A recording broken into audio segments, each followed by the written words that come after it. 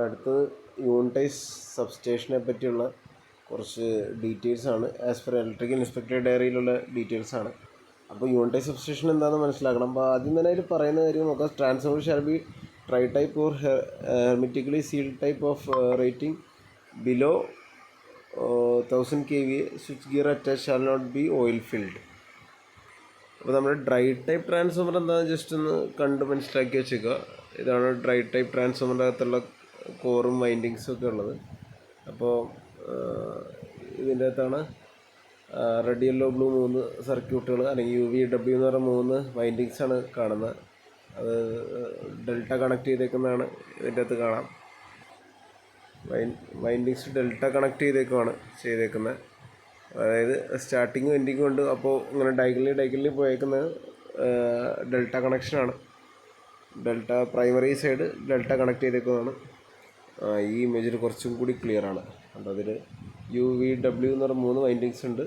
അപ്പോൾ ഇത് starting ending U1 U2 എന്ന് വിളിക്കും, V1 V2 എന്ന് പറഞ്ഞ് വിളിക്കും, W1 W2 എന്ന് പറഞ്ഞ് വിളിക്കും. അപ്പോൾ എന്നിട്ട് ഒരെണ്ണത്തിൻ്റെ എൻഡ് മറ്റേതിൻ്റെ സ്റ്റാർട്ടിങ്ങിലേക്ക് അതങ്ങനെ കണക്ട് ചെയ്ത് പോയിട്ട് ഡെൽറ്റ കണക്ഷനാക്കി മാറ്റിയിട്ടുണ്ട്. ഇപ്പോൾ യൂണിറ്റൈസ് സബ്സ്റ്റേഷനിൽ ഈ ഒരു ഡ്രൈ ടൈപ്പ് ട്രാൻസ്ഫോമർ ഒരു മെയിൻ സെൻട്രലായിട്ട് വരും. അത് കാണാം, ഒരു 630 kV ട്രാൻസ്ഫോമറിൻ്റെ ഇതിരിക്കണം കാണാം. എന്നിട്ട് ഒരു 11 kV കമ്പാർട്ട്മെൻറ്റും ഉണ്ടാവും, ഒരു 440 LV കമ്പാർട്ട്മെൻറ്റും ഉണ്ടാവും. അപ്പോൾ ഇങ്ങനെ തന്നെ കമ്പാർട്ട്മെൻറ്റലൈസായിട്ട് വേണമെന്നില്ല, അതകത്ത് എല്ലാ സാധനങ്ങളും ഉണ്ടാവും. ട്രാൻസ്ഫോമറും അതിൻ്റെ ഓൺ ഓഫ് ആക്കാനുള്ള സ്വിച്ചും എന്തായാലും അതിൻ്റെ അകത്ത് ഉണ്ടാവും. അതിനാണ് യൂണിറ്റൈസ് സബ്സ്റ്റേഷൻ എന്ന് പറയുന്നത്. ഇത് ഓയിൽ ഫിൽഡ് ആയിട്ടുള്ള സാധനങ്ങൾ അതിലത്ത് പാടില്ല എന്നുള്ള മീനിങ്ങാണ് ഉദ്ദേശിക്കുന്നത്. എല്ലാ സ്വിച്ച് ഗിയേഴ്സ് ഓയിൽ ഫിൽഡ് ആയിരിക്കില്ല എന്നുള്ള പറയുന്നുണ്ട്. പിന്നെ ഡ്രൈ ടൈപ്പാണ് ട്രാൻസ്ഫോമറൊക്കെ. പിന്നെ ഇപ്പോൾ നമ്മൾ കണ്ട് പല ബാരിയേഴ്സായിട്ട് മെറ്റാലിക് അല്ലെങ്കിൽ FRP ബാരിയേഴ്സ് വെച്ച് സെഗ്രിഗേറ്റ് ചെയ്ത് ട്രാൻസ്ഫോമറും ഒരു സെക്ഷനിലൊന്നും കൺട്രോൾ ഗിയേഴ്സ്, അതായത് മറ്റേ LT സൈഡ് സെപ്പറേറ്റ് ആയിട്ട് വന്നേക്കണമാണ്. എർത്തിങ് സ്വിച്ച് ഉണ്ടാവാം അതിൽ ഉണ്ടെങ്കിൽ if any attached to the 11 kV ABSFU shall be on the out going side. Out goings പാർട്ടിൽ മാത്രമാണ് ഈ എർത്തിങ് സ്വിച്ച് ഉപയോഗിക്കേണ്ടത് എന്ന് പറഞ്ഞിട്ട്. This earthing switch and 11 kV ABS shall be properly interlock to prevent accidental closing of earthing switch when ABSFU is on position. അപ്പോൾ ഇതിൽ air break switch fuse യൂണിറ്റുകൾ use ചെയ്യുന്ന ടൈമിൽ മീൻസ് ഇതിൻ്റെ കൂടെ കപ്പിൾ ചെയ്തേക്കുന്ന 11 kV സ്വിച്ച് ഗിയറാണ് ഈ ABSFU. അത് ചെയ്തേക്കുന്ന ടൈമിൽ അതിന് എർത്ത് സ്വിച്ചുകൾ ഉണ്ട്, എർത്ത് സ്വിച്ച് ഉണ്ടാവും. ഈ എർത്ത് സ്വിച്ച് ഓണാകുമ്പോഴത്തേക്കും ഈ ABSFU ഓണായിരിക്കരുത്. ABSFU ഓണായിരിക്കുമ്പോൾ എർത്ത് സ്വിച്ച് ഓണാകാൻ പാടില്ല. അപ്പോൾ ഇത് രണ്ടും അങ്ങോട്ടും കൊണ്ട് ഇൻ്റർലോക്ക് ചെയ്തിട്ടുണ്ടാവും.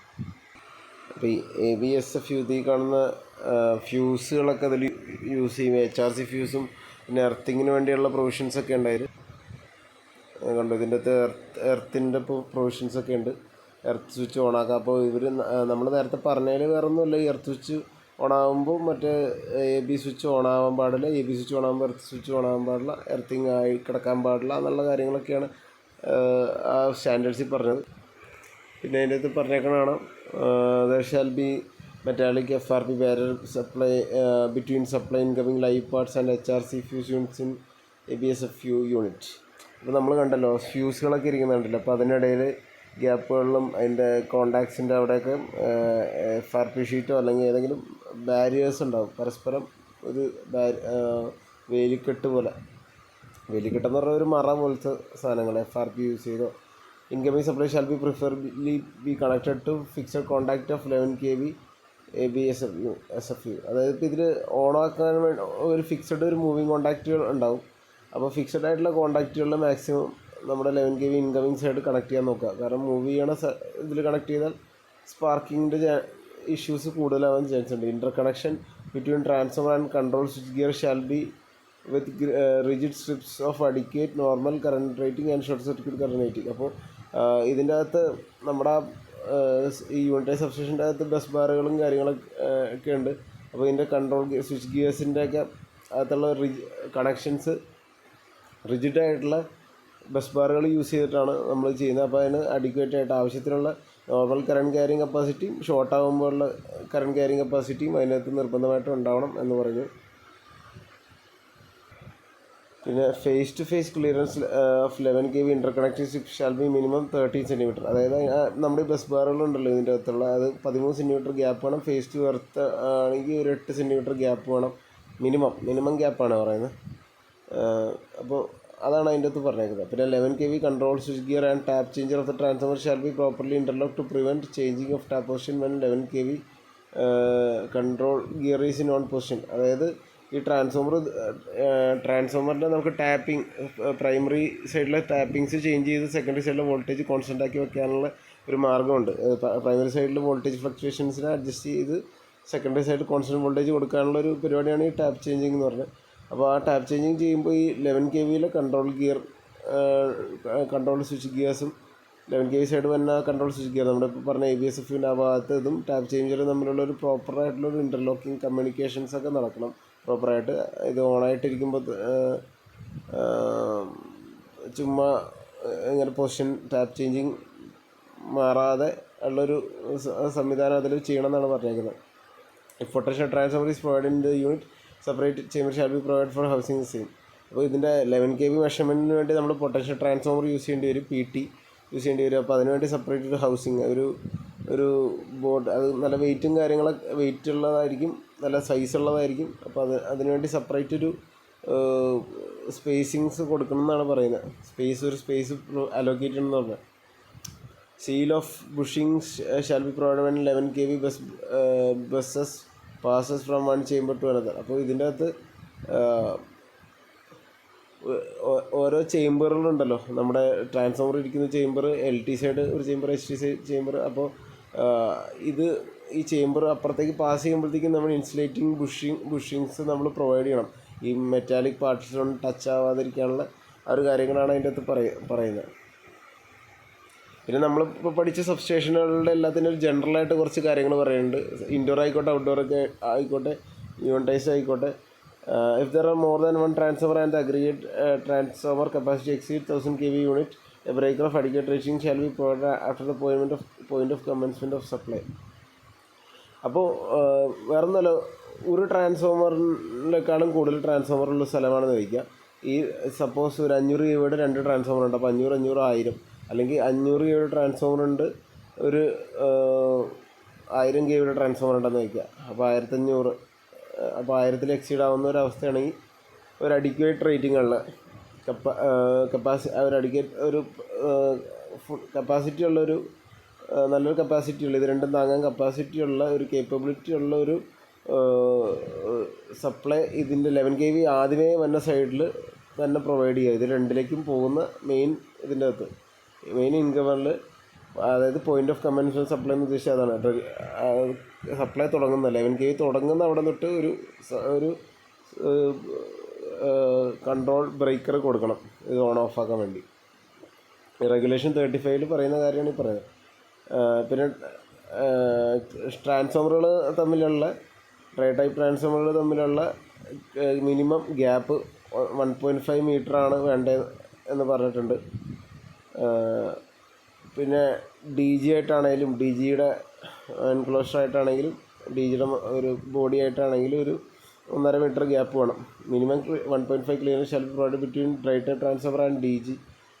ആദ്യം DG ട്രാൻസ്ഫോമറും തമ്മിലുള്ള കേസാണ് പറഞ്ഞത്. പിന്നെ 2 ട്രാൻസ്ഫോമറുകൾ ഇൻസ്റ്റാൾ ചെയ്തിട്ടുണ്ടെങ്കിൽ, സെയിം റൂമിൽ ഇൻസ്റ്റാൾ ചെയ്തിട്ടുണ്ടെങ്കിൽ അത് തമ്മിൽ 2 മീറ്റർ പറയുന്നുണ്ട്. DG ട്രാൻസ്ഫോമർ തമ്മിൽ 1.5, ട്രാൻസ്ഫോമർ ടു ട്രാൻസ്ഫോമർ 2 മീറ്ററാണ് പറയുന്നത്. പിന്നെ ഇടയിൽ ബാഫിൾ വാൾസ് പറഞ്ഞിട്ടുണ്ട്. ഫയർ റേറ്റിംഗ് ഉള്ള 4 മണിക്കൂറോളം ഒരു പ്രശ്നമില്ലാണ്ട് നിൽക്കാൻ സാധ്യതയുള്ള വാൾസാണ് പറയുന്നത്. ഇതിൽ 2000 ലിറ്റർ കൂടുതൽ ഓയിൽ വരാൻ സാധ്യതയുള്ള ട്രാൻസ്ഫോമർ ഉപയോഗിച്ചാൽ അപ്പോൾ ചെയ്യേണ്ട കാര്യം പറഞ്ഞത്. അവിടെ ഉള്ള വാൾസ് കസ്റ്റമർ പ്രിമിസസിൽ single phase transformer, customer premises ആയിക്കോട്ടെ, സിംഗിൾ ഫേസ് ട്രാൻസ്ഫോമർ ബാങ്ക് ആയിക്കോട്ടെ, ഇനി കൃത്യമായിട്ട് ഇത്ര പറഞ്ഞ സ്പേസിങ് കൊടുക്കാൻ പറ്റിയില്ലെങ്കിൽ റെഗുലേഷൻ 44 നോക്കണം. അതിൽ എന്തൊക്കെയാണ് ചെയ്യേണ്ടതെന്ന് പറഞ്ഞിട്ടുണ്ട്. അപ്പോൾ ഏതെങ്കിലും ബിൽഡിങ്ങിൽ നിന്ന് ട്രാൻസ്ഫോമറിൻ്റെ ക്ലിയറൻസ് ആണ് പറയുന്നത്. 2000 to 5000 ലിറ്റർ ആണെങ്കിൽ 6 മീറ്റർ ക്ലിയറൻസും, 5000 to 20000 ലിറ്റർ ഓയിൽ ക്യാരി ചെയ്യുന്നതാണെങ്കിൽ 8 മീറ്ററും, 20,000 കൂടുതൽ ഓയിൽ ക്യാരി ചെയ്യുന്നതാണെങ്കിൽ 15 മീറ്റർ ഗ്യാപ്പ് വേണം ട്രാൻസ്ഫോമറും ബിൽഡിങ്ങും ഫ്രം എനി ബിൽഡിംഗ് ഇൻക്ലൂഡിങ് സബ്സ്റ്റേഷനാണ് പറയുന്നത്. ട്രാൻസ്ഫോമർ ഇൻസ്റ്റലേഷൻ്റെ IS സ്പെസിഫിക്കേഷൻ 10028 എന്ന് പറഞ്ഞൊരു സ്പെസിഫിക്കേഷനാണ്. അത് നമുക്ക് നോക്കാം. എർത്തിങ് സ്റ്റാൻഡേർഡ്സ് IS 30432018 പറയുന്നുണ്ട്. മിനിമം ഇൻസുലേഷൻ റെസിസ്റ്റൻസ് എത്ര വേണ്ടതെന്നൊരു ടേബിളുണ്ട് അതിന് വേണ്ടി. പിന്നെ കേബിൾ അണ്ടർഗ്രൗണ്ട് ഓവർഹെഡ് ഏതാണെന്ന് വെച്ചാൽ കേബിൾ ഏതാ അത് ടേബിൾ 3യുടെ ഒരു ടേബിൾ എക്സ്പ്ലെയിൻ ചെയ്തിരുന്നു ഓൾറെഡി. ട്രാൻസ്ഫോമറിന് യൂസ് ചെയ്യാൻ പറ്റുന്ന കേബിൾസ്. പ്രൊട്ടക്ഷൻ റിക്വയർമെൻറ്റ് ടേബിൾ 4 അത് ഓൾറെഡി ഞാൻ എക്സ്പ്ലെയിൻ ചെയ്തിട്ടുണ്ട്. പിന്നെ ട്രാൻസ്ഫോമർ ഓയിലിനെ പറ്റി അതിൻ്റെ സ്റ്റാൻഡേർഡ്സിനെ പറ്റി ഒരു ടേബിൾ 5 ഉണ്ട്, അത് പറഞ്ഞിട്ടില്ല, അത് പറയാം. പിന്നെ മാക്സിമം 11 kV/4 433 വോൾട്ടിൻ്റെ ട്രാൻസ്ഫോമർ 2500 kVയിൽ വരെയാണ് അവൈലബിൾ. അത് കഴിഞ്ഞാൽ 33 kVയിലേക്ക് പോകേണ്ടി വരും. പിന്നെ MV സൈഡ് സബ്സ്റ്റേഷൻ്റെ MV സൈഡിലെ ഇൻസ്റ്റലേഷൻ പാർട്ട് IS 732ൽ കവർ ചെയ്തിട്ടുണ്ട്. അപ്പോൾ IS സ്പെസിഫിക്കേഷനൊക്കെ കുറേ പേജുകളുണ്ട്. അതിൻ്റെ പ്രസക്ത ഭാഗങ്ങളുടെ വീഡിയോ പിന്നെ ചെയ്യുന്നതാണ്. Current rating of 11 kV XLP cables ഒക്കെ ആ ടേബിൾ 6 ഓൾറെഡി പറഞ്ഞതാണ് കറണ്ട് റേറ്റിങ്ങിനെ പറ്റി. For CSS installed along walkways, playgrounds, a fencing or barrier with materials like wire mesh shall be provided the distance of 0.75 meter from CSS. The fencing shall be earthed. Okay, CSS എന്ന് പറഞ്ഞു കഴിഞ്ഞാൽ compact സബ്സ്റ്റേഷനാണ്. അപ്പോൾ compact substation നമ്മുടെ യുവണ്ടൈ substation പോലെ തന്നെ same പരിപാടികൾ തന്നെ. അപ്പോൾ അതിനെ പറ്റിയാണ് ലാസ്റ്റ് പോയിന്റ്. പിന്നെ അതിൻ്റെ വേലിക്കെട്ടും കാര്യങ്ങളൊക്കെയാണ് പറഞ്ഞത് CSS വയ്ക്കുമ്പോഴത്തേക്കും. അടുത്ത് neutral conductor shall be of same size as phase conductor if third harmonic currents are anticipated. സാധാരണ നമ്മൾ ചിലപ്പോൾ 3.5 സ്ക്വയർ കോർ കേബിൾസാണ് ഇടാറില്ല. 3.5 എന്ന് പറഞ്ഞാൽ ഒരു RYB സെയിം സൈസും ന്യൂട്രലിൻ്റെ സൈസ് ഒരു ഇതിൻ്റെ ഹാഫ് ആയിട്ടാണ് യൂസ് ചെയ്യാറ്. പക്ഷേ ഹാർമോണിക് കറൻറ്റ്സ്, അതായത് നമ്മുടെ നോർമൽ 50 Hz ഫ്രീക്വൻസിയുടെ 7 times ഫ്രീക്വൻസി വരാൻ സാധ്യതകൾ ചെറിയ കേസുകളുണ്ട്. IT ബിൽഡിങ്സ്, ചില്ലറൊക്കെ യൂസ് ചെയ്യുന്ന സ്ഥലങ്ങളിൽ അങ്ങനത്തെ ഒരു ഇഷ്യൂ ഉണ്ട്. ഹാർമോണിക്സ് എന്ന് വിളിക്കും അതിനെ. അപ്പോൾ ഹാർമോണിക്സ് വരാൻ സാധ്യതയുള്ള സ്ഥലത്ത് നമ്മൾ മാക്സിമം സെയിം സൈസുള്ള, അതായത് 3.5 പകരം 4 കോർ കേബിൾസ് തന്നെ നമ്മൾ യൂസ് ചെയ്യുന്നു. അതായത് ന്യൂട്രൽ കണ്ടക്ടറുടെ സൈസും ഫേസ് കണ്ടക്ടറുടെ സൈസായിട്ട് സെയിം ആയിട്ടിരിക്കും. പിന്നെ പറയുന്ന adequate fire detection protection arrangement for quenching the fire of the apparatus shall be ensured. Regulation 46(2) പറയുന്നത് എന്താണെന്ന് വെച്ച് കഴിഞ്ഞാൽ ഫയർ ഡിറ്റക്ഷനും പ്രൊട്ടക്ഷനുള്ള പരിപാടികൾ നമ്മൾ ചെയ്തിരിക്കണം ട്രാൻസ്ഫോമറിൻ്റെ കേസിൽ. Tapping from ST feeder shall be taken to fixed contact of AB switch. അപ്പോൾ AB സ്വിച്ചിൽ നിന്ന് ST ഫീഡറിൻ്റെ ഒരു ടാപ്പിംഗ് ഫിക്സഡ് കോണ്ടാക്റ്റിലേക്ക് ആയിരിക്കണം കൊടുക്കേണ്ടത്. To be shall be taken to the fixed കോണ്ടാക്റ്റിലേക്ക് കൊടുക്കണം. ഫിക്സഡ് കോണ്ടാക്റ്റ് ഉണ്ട്, മൂവിങ് കോണ്ടാക്റ്റ് ഉണ്ട്. അതിൽ ഫിക്സഡ് പാർട്ടിൽ മാക്സിമം ഇൻകമിങ് സൈഡ് വയ്ക്കുക. Bucket loop arrangement shall be use for tapping. PG clamps shall be use when the conductor materials are different. PG clamps എന്നൊക്കെ പറഞ്ഞാൽ ഇത് യൂസ് ചെയ്യാൻ പറയുന്നുണ്ട്.